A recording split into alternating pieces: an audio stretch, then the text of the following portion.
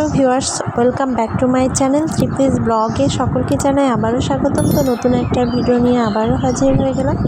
তো আজকে বন্ধুরা আমি শেয়ার করব আপনাদের সাথে, আমি আজকে এমন একটা কাজ করব যেটা আমাদের প্রত্যেকেরই করা উচিত, আর সেটা আমি সেই মেসেজটাই এই ভিডিওর মাধ্যমে আপনাদেরকে দিতে চাই। তো বন্ধুরা তার জন্য ভিডিওটা লাস্ট পর্যন্ত দেখবেন। তো তার জন্য আমি প্রথমে চলে আসবো ছাদে। তো ছাদে আমি এক বালতি জল নিয়ে চলে যাচ্ছি ছাদে।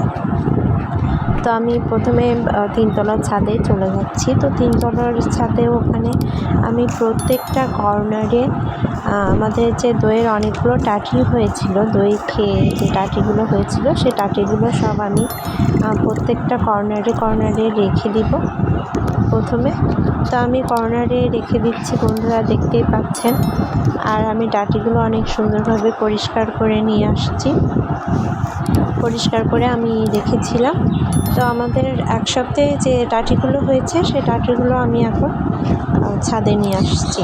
তো ছাদে নিয়ে এসে এবার আমি প্রত্যেকটা কর্নারে রেখে দিচ্ছি বন্ধুরা। আমি এজন্য কর্নারে রাখছি কারণ আমি প্রত্যেকটা এই টাটিতেই জল ভরে দিব, যাতে এই জলগুলো আমাদের যে অতিথি পাখিগুলো রয়েছে বা আমাদের বাইরের যে প্রাকৃতিক সৌন্দর্য বজায় রাখছে যে পাখিগুলো, তারা এসে যাতে সহজে এখান থেকে জল খেতে পারে, এসে একটু স্নানও করে নিতে পারে। তার জন্য আমি প্রত্যেকটা কর্নারে এভাবে টাটিগুলো রেখে দিব।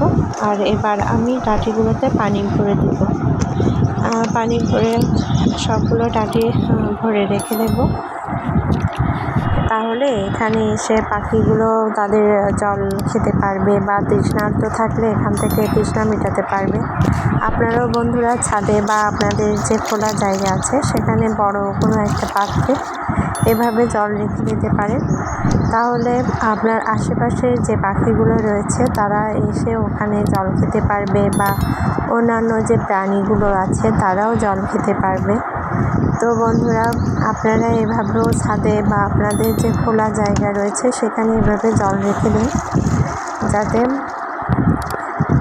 এই তাপমাত্রায় অন্যান্য পশু পাখিগুলো যারা বাইরে থাকে তারা যেন একটু শান্তির প্রশ্বাস পায়, এখান থেকে একটু জল খেয়ে তৃষ্ণা নিবৃত্ত করতে পারে। তা আমাদের সকলেরই উচিত আমাদের প্রাকৃতিক ভারসাম্যটাকে রক্ষা করতে, আর পাখিও আমাদের প্রাকৃতিক ভারসাম্য রক্ষা করে।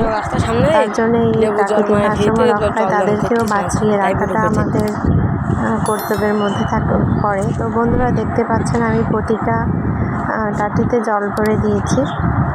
এভাবে আপনারাও আপনাদের ছাদে এভাবে জল রেখে দিতে পারেন, তাহলে পাখিগুলো এসে এখান থেকে জল খেয়ে নিতে পারে। আর আমি ওদের জন্য কিছু খাবারও দিয়ে রাখছি, যাতে ওরা এখানে এসে খাবারও খেতে পারে।